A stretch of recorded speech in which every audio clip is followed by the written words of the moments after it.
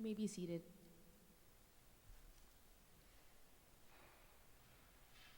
Good morning.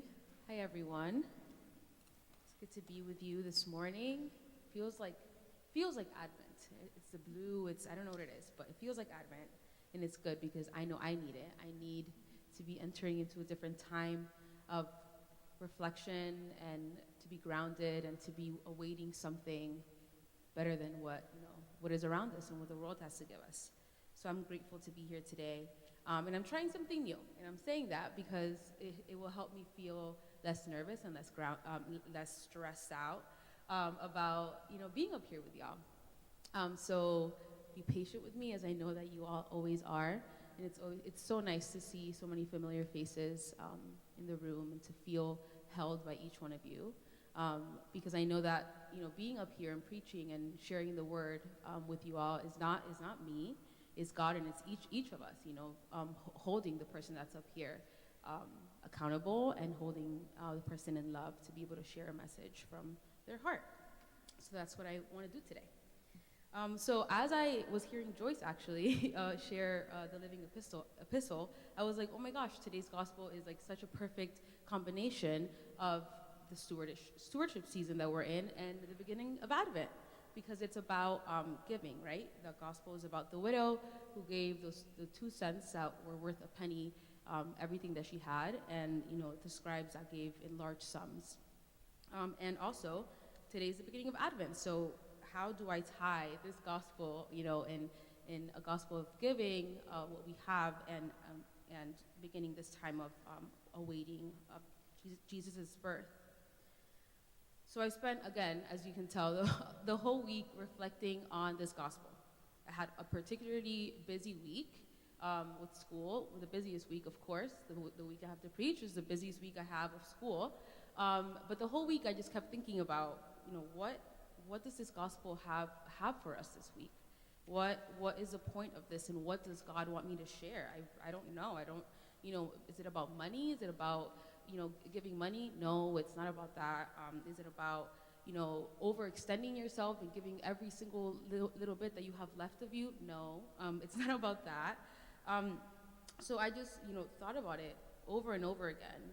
I was afraid that I was not going to be able to preach a profound enough gospel, that I was not going to be able to, produce something that was worthy of sharing, and that stress was really what was in the back of my mind the whole week, which is not the point. That's not the point. And so I kept going back to this line in the gospel, which is when Jesus says, "Truly I tell you, this poor woman has put in more than all those who are contributing to the treasury, because they contributed out of their abundance, and she out of her poverty, everything that she had to live on." So I think that for me, in this season of my life, and in this season of our church year, this gospel is not talking about money. It's not talking about that the woman gave everything financially, at least not for me in this moment. I think it's giving us a message that will inspire us to think about what we have to give. What do we have to give to God? And what is God asking for us to give? And for me this week, it was to give myself, to give my best, to give what God had already given me. It wasn't anything extra. It wasn't anything out of, material. It was just to be myself. And something that God already recognizes in me, and I think that God already recognizes in each one of us. It's not anything outside of us. For that widow, it was, I think, represented in those 2 cents, but it was already what she had in her heart. It was something that Jesus had already seen in her, I think, before she even put those 2 cents into the treasury. So that's basically what I've been thinking about. What is it that we have to give, and how can we spend this season of Advent reflecting on that as we await for Jesus' coming? I think that especially during this season, there's a lot of pressure to produce, and not only in Advent. I know I have felt, coming out of the pandemic, even though we're still in it, and all of us are experiencing that in very different ways.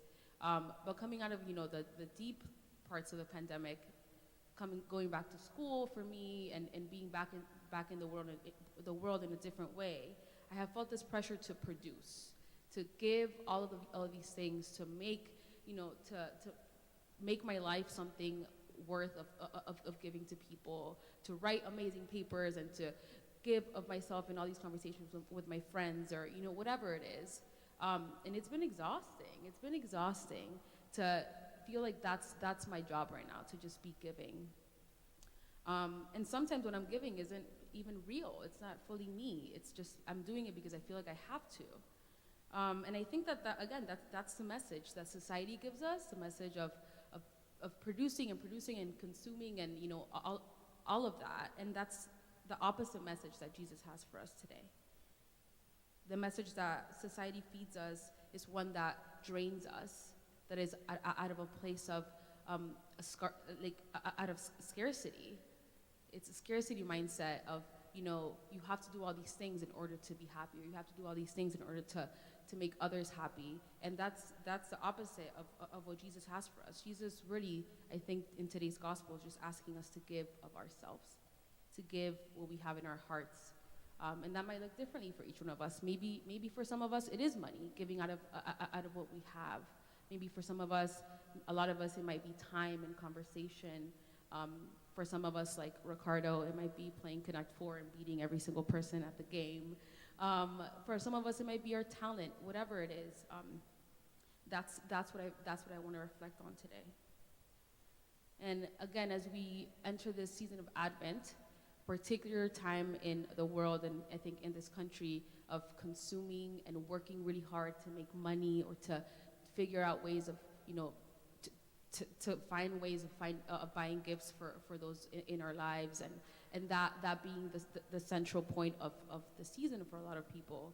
I want to challenge that, and I think that this gospel challenges that, and being like, and asking us, what do we have this season to give to those around us? What do we have to give to God? And not in this, this place of pressure, not in this place of being anxious and being like, oh my gosh, what do I have to give? But really digging deep inside and recognizing what's already there.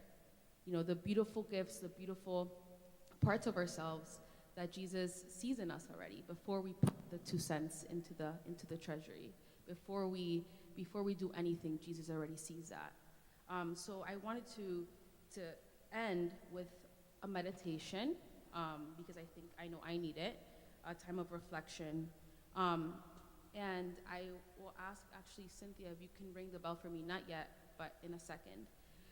And I want to invite everyone, if you feel comfortable, to close your eyes or soften your gaze. Sometimes closing your eyes is not very comfortable, and that's okay. And I want us to reflect on what we're being called to give, what each of us feels like we're being called to during this season. Again, the widow gave everything she had, and Jesus saw that and lifted her up. And Jesus sees everything we have and will lift us up. But only we know, and only Jesus knows what that is. I didn't know what I was being called to give in the beginning of the week. But as I took a step back, I recognized that what I had to give was already there. It was me being myself and authentic and being with y'all. So I invite you to sit in silence and reflect on what this means for you today. We'll ring the bell and have a couple minutes of deep silence. And if you feel comfortable when the bell is rung again, I want to invite you to say one word of what that might mean what that might be for you, what you're planning on hoping on giving during this time. And if you don't feel comfortable saying it out loud, that's okay. You can say it in your heart, and I'll invite those people on Zoom to write it into the chat bar if they feel comfortable doing that as well. So we'll begin.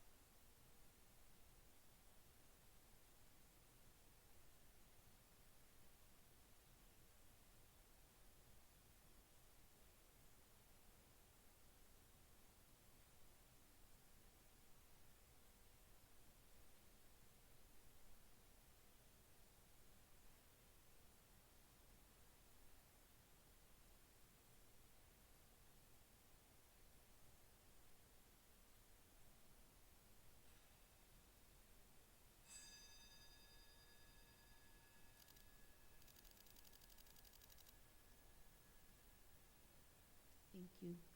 So I'll invite you, if you feel comfortable, to say out loud what, a word of what that might be for you, or, say it in your hearts. For me, it's going to be realness.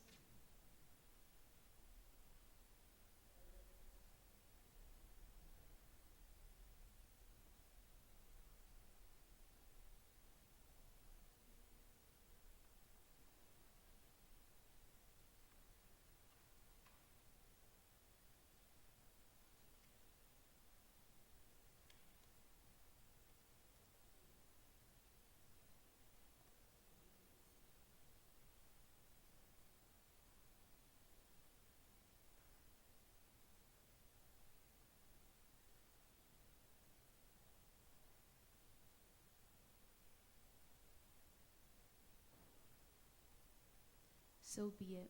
Amen.